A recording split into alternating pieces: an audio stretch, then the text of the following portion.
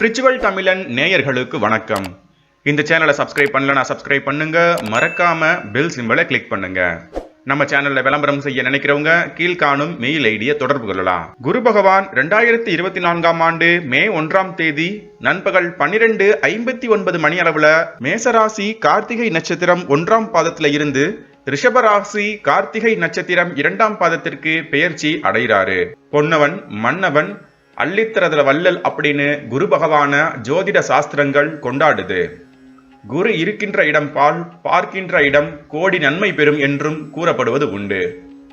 குரு பகவான் எந்த இடத்தை பார்க்கிறாரோ அந்த இடத்துக்கும் அந்த ராசிக்கும் அதீதமான சுபிச்சத்தையும் வளங்களையும் வாரி வழங்கிடுவாரு. நவகிரகங்கள்ல மிகவும் பெரிய கிரகமா இருக்கக்கூடியவர் குரு பகவான்.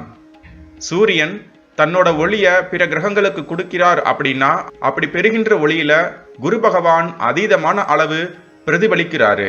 ரிஷபத்துல இருக்கிற குரு பகவானோட பார்வையில கன்னி, விருச்சிகம் மற்றும் மகரம் ஆகிய ராசிகள் இருக்க போகுது. சரி, சுத்தி வளைச்சு பேசாம உங்க ராசிக்கு என்ன மாதிரியான பலன்கள் கிடைக்கும் அப்படின்னு நாம இந்த வீடியோல பார்ப்போம். சூரிய பகவான அதிபதியா கொண்ட சிம்மராசி அன்பர்களே, உங்களுக்கு இந்த குரு பெயர்ச்சி எப்படி இருக்கும்? வாழ்க்கையில நீங்க எதிர்பார்க்கிற மாற்றங்களும் முன்னேற்றங்களும் ஏற்படுமா? உடல்நிலை, பொருளாதாரம், குடும்பம், சமூகத்துல உங்களோட அந்தஸ்து எப்படிப்பட்டதா மாறும் அப்படிங்கிறத நாம இந்த வீடியோல விரிவா பார்க்க போறோம். சூரியன் நவகிரகங்களின் தலைவர். பாதி சுபர் பாதி அசுபர் அப்படின்னு சொல்லப்படுறாரு. அதற்கு காரணம் அவர் ஒரு அரசர். நல்லவனும் கிடையாது, கெட்டவனும் கிடையாது. ஆட்சியை பரிபாலனம் செய்கிறவங்க நல்லவனாகவோ அல்லது கெட்டவனாகவோ இருக்க முடியவே முடியாது. அதன் காரணமாகவே அவர் அனைவருக்குமானவர். அதன் காரணமாகவே அவர் தேவ அணிக்கும் அசுர அணிக்கும் அதிபதியாகவும் தலைவராகவும் இருக்காரு. இதை ஏத்துக்கிட்டாலும் ஏத்துக்காட்டினாலும் இதுதான் உண்மை. அப்படிப்பட்ட சூரிய பகவான் கண்ணுக்கு தெரிந்த கண்கண்ட முதல் தெய்வம். இவரோட ஆதிக்கத்துல பிறந்தவங்க தான் சிம்ம ராசிக்காரவங்க. சிம்ம ராசியில ஆட்சி பெறுகின்ற சூரிய பகவான் மேசத்துல உச்சமும் துலாத்துல நீச்சமும் அடைவாரு. இவரோட மகன்களா சனி பகவானும் யமதர்ம ராஜாவும் இருக்காங்க. சனி பகவானுக்கும் சூரிய தேவருக்கும் எப்பொழுதும் ஆகாது. சூரியனோட ஆதிக்கத்துல பிறந்தாலே இயல்பா ஆன்ம பலம் அதிகமா இருக்கும். உடல் வலிமையும் சிறப்பா அமைஞ்சிருக்கும். அதிகார தோரணை, உடல் வலிமையின் காரணம் ஏற்படுகின்ற அந்த ஒரு தோரணையும் சிறப்பாகவே இருக்கும். எந்த ஒரு விஷயத்திலும் தலைமை ஏற்று வழிநடத்துற பண்பு தான் அதிகமா இருக்கும். இவங்களுக்கு பெரும்பாலும் குரு பகவான் நல்லதை மட்டும்தான் செய்ய கடமைப்பட்டிருக்காரு. அப்படிப்பட்டவர் உங்க ராசிக்கு 9ஆம் இடத்துல இருந்து 10ஆம் இடத்துக்கு பெயர்ச்சி அடைகிறாரு. சிம்ம ராசிக்கு 5ஆம் இடத்துக்கும் 8ஆம் இடத்துக்கும் அதிபதியானவர் சூரிய பகவான். 5க்குரியவர் 10ஆம் இடத்துக்கு போறது ஒரு விதத்துல நன்மைதான். அதே சமயம் அவர் 8ஆம் இடத்துக்கும் அதிபதி அப்படிங்கிறதால ஒரு சில பாதகங்களும் உண்டு. ஆனா ரொம்ப குறைவாதான் இருக்கும். அது என்னென்னு பார்ப்போம். கேது பகவான் உங்க ராசிக்கு 2ஆம் இடத்துலையும் ராகு பகவான் உங்க ராசிக்கு 8ஆம் இடத்துலையும் இருக்காங்க. சனி பகவான் உங்க ராசிக்கு 7ஆம் இடத்துல இருந்து அவர் உங்க ராசிக்கு 9ஆம் இடம் மற்றும் 4ஆம் இடத்தை பார்வை செய்கிறாரு. 10ஆம் இடத்துக்கு பெயர்ச்சி ஆகிற குரு பகவான் உங்க ராசிக்கு 2ஆம் இடம், 4ஆம் இடம் மற்றும் 6ஆம் இடங்களை பார்வை செய்கிறாரு. இது நாள் வரையிலும் குருவின் பார்வையில இருந்ததால உடல் நலத்துல இருந்து வந்த சிக்கல்கள் கட்டுப்பாட்டுக்குள்ள இருந்துச்சு. பினான்சியல் ப்ராப்ளம்ஸும் ஓரளவு குறைவா இருந்துச்சு. ஆனா இம்முறை சனி பகவானோட கொடூரமான பார்வை நேரடியா உங்க ராசி மேலேயே விழுகிறதாலையும் குருவோட பார்வை உங்க ராசி மீது இருந்து விலகிறதாலையும் இனி நீங்க தான் சற்று வாயை கட்டி வயிற்ற கட்டி அமைதியா இருக்கணும்.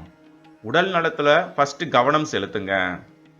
தந்தையின் உடல் நலத்திலையும் தாயின் உடல் நலத்திலையும் கவனமா இருக்கிறது ரொம்ப நல்லது. அதோடு இந்த முறை உங்களுக்கு இருசக்கர வாகனங்கள், செகண்ட் ஹேண்ட் பொருட்கள், ஏற்கனவே கட்டிய வீடுகள் உள்ளிட்டவை கிடைப்பதற்கான வாய்ப்புகளும் உண்டு. வீடு மாற்றம், இடமாற்றம் உள்ளிட்டவைகளை விரும்புறவங்களுக்கு இந்த காலகட்டம் சிறப்பானதா அமைச்சு தரும். வேலை தேடி அலையிறீங்களா? இந்த காலகட்டத்துல நல்ல வேலை கிடைக்கும். வேலையில இருந்து வந்த தொய்வு நிலை நீங்கும். உங்க கணவர் சொல்றத கேட்டு நடந்துக்கிறது ரொம்ப நல்லது.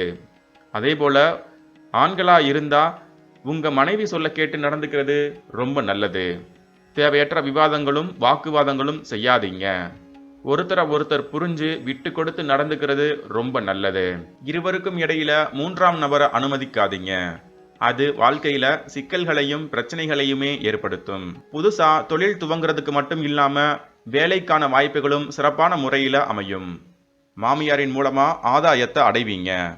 மாமியார் கூட இருந்து வந்த சிக்கல்களும் பிணக்குகளும் நீங்கும். சமூகத்துல உங்க அந்தஸ்து அதிகரிக்கும். கடன் பிரச்சனைகளை முடிவுக்கு கொண்டு வருவீங்க. லோன் வாங்க ஆசைப்படுறீங்க, வீடு கட்ட ஆசைப்படுறீங்க அப்படின்னா அதற்கான வாய்ப்புகளும் இருக்கு. தேவையற்ற சகவாசங்களை தவிர்க்கிறது ரொம்ப நல்லது. Share market, crypto currency, trading உள்ளிட்டவைகளை முதலீடு செஞ்சுட்டு பின்னாடி குத்துது குடையுதுன்னு உங்களை நீங்களே வருத்தப்படுத்திக்க வேண்டாம். இது நாள் வரையிலும் வருமானத்துக்கு பஞ்சம் இருந்துச்சு. வெறும் கையிலேயே முளம் போட்டுக்கிட்டு இருந்தீங்க. தொழில் செய்யறவங்களுக்கு சம்பளம் போட முடியாத சூழ்நிலை, வேலை செய்யறவங்களுக்கு வேலைக்குரிய சம்பளம் கிடைக்காத சிக்கல், இப்படி வாழ்நாள் முழுக்க பிரச்சனையில மட்டுமே கழிச்சுக்கிட்டு இருக்கீங்க. இப்போ நடக்கிற குரு பெயர்ச்சி முழுமையா மாத்தும். கேட்ட இடத்துல பண உதவி கிடைக்கும். தாயின் மூலமா ஆதாயம் அதிகரிக்கும். சுகத்திற்கு குறை இருக்காது. வருமானத்திற்கும் பஞ்சம் இருக்காது. குடும்பத்துக்குள்ள மகிழ்ச்சி அதிகரிக்கும். குதூகலமா இருப்பீங்க. அண்டை அயலாரும் உங்களுக்கு ஆதரவா இருப்பாங்க. தாய்மாமன் வழி உறவினர்களால உதவிகளையும் ஆதாயத்தையும் அடைவீங்க. உடல் வலிமை கூடும். மன வலிமையும் கூடும். கூட்டாளிகளை நம்பி ஏமாற வேண்டாம். அவர்கள் உங்களுக்கு சொல்றத கேட்டு நீங்க நடந்துக்கிறது ரொம்ப நல்லது. மனவிரக்தியோட இருந்த நீங்க இனி மன நிம்மதியோட இருக்க ஆரம்பிப்பீங்க. யாருக்காகவும் ஜாமீன் தர வேண்டாம். இரவு நேர பயணங்களை தவிர்க்கிறது முற்றிலும் உங்களுக்கு நன்மைகளையே வழங்கும். ஆல்கஹால், ட்ரக்ஸ் உள்ளிட்டவைகளை நீங்க எடுத்துக்காதீங்க. ஏன்னா எந்த அளவுக்கு எடுத்துக்கிறீங்களோ அதை விட மோசமான பின்விளைவுகளை நீங்க சந்திக்க நேரிடும். உடல் வலிமை கூட ஆரம்பிக்கும்.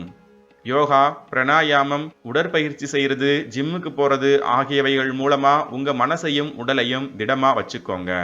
இந்த காலகட்டத்துல உங்களோட உடல்ல இருந்து வந்த சிக்கல்களை நீங்க தீர்த்துக்க முடியும்.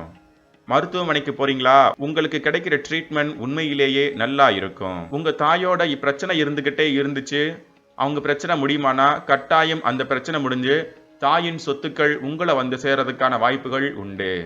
உங்களுக்கு உங்களோட தாய் பக்க பலமா இருப்பாங்க. எந்த சூழலிலும் உங்க தாயோட மோதல் போக்க மேற்கொள்ள வேண்டாம்.